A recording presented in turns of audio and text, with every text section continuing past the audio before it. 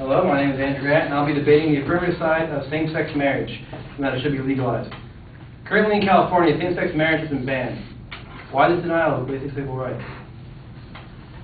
B.A. Robinson, a writer for religiousstolerance.org, says, denying marriage to same-sex couples removes from one group a fundamental, important human right. The right to marry the person that one loves and to whom one has made a lifelong commitment. It only seems fit to allow all people equal rights. I mean, it is America. It is not unlike ourselves to reform and change. B.A. Robinson also stated that the institution of marriage conveys dignity and respect towards a couple that makes a lifelong commitment to each other. Same-sex couples deserve this dignity and respect.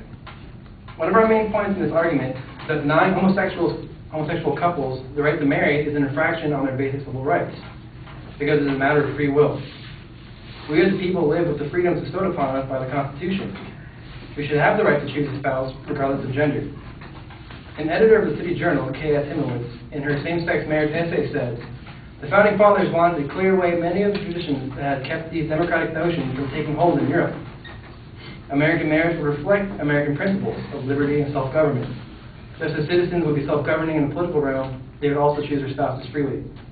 A strong argument against this is that when the Founding Fathers wrote the Constitution, they were not anticipating gay marriage. This is a weak argument.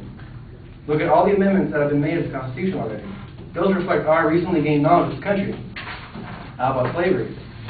Slavery was also an established institution based on traditions that went back to the very beginnings of human history, further back even than marriage as we know it. Our own president had this to say, it is an imperfect document, the Constitution, that reflects some deep flaws in American culture and the colonial culture established at that time. And I think we can all agree. Dr. Brian Mustansky, PhD, adds that a quick read of the history of marriage makes it clear that it has evolved and changed throughout history and that the current version is a relatively recent phenomenon. The legalization of same-sex marriage is only the next transition. It would be the newest addition and the most recent update.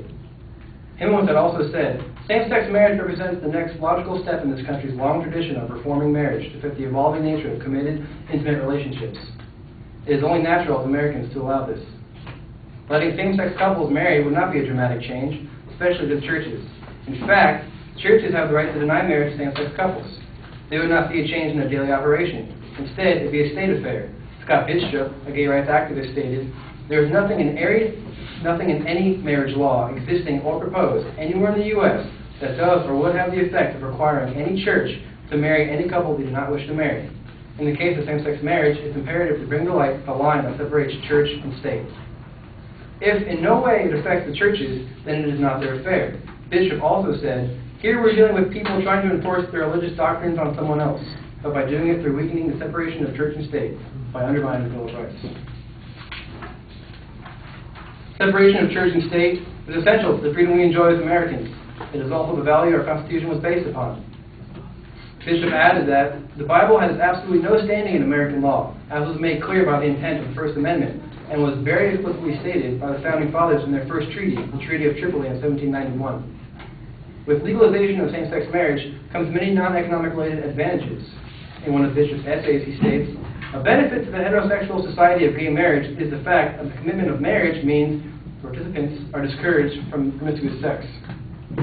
This has the advantage of slowing the spread of sexually transmitted diseases, or STDs, which cannot distinguish sexual orientation and are equal opportunity destroyers. This is a seemingly invaluable benefit, and this is one that is overlooked, discarded, or diminished. Another benefit that would arise from the legalization of same-sex marriage would be adoption.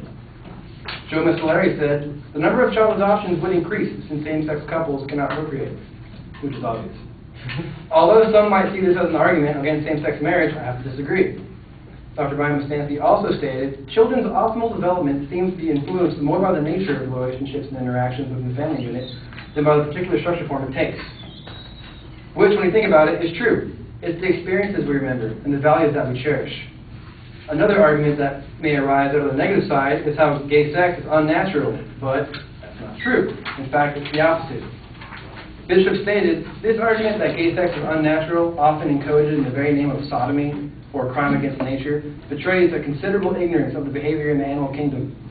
The fact is that among the approximately 1,500 animal species whose behavior has been extensively studied, homosexual behavior in animals has been described in at least 450 of those species. Just under a third. The fact is that when you approve Whether or not you approve of same-sex marriage, it still must be recognized and accepted. Whatever your standing, it is still a denial of a basic civil right. We as the people of America all deserve the same opportunities and liberties, as that was what our nation was founded upon.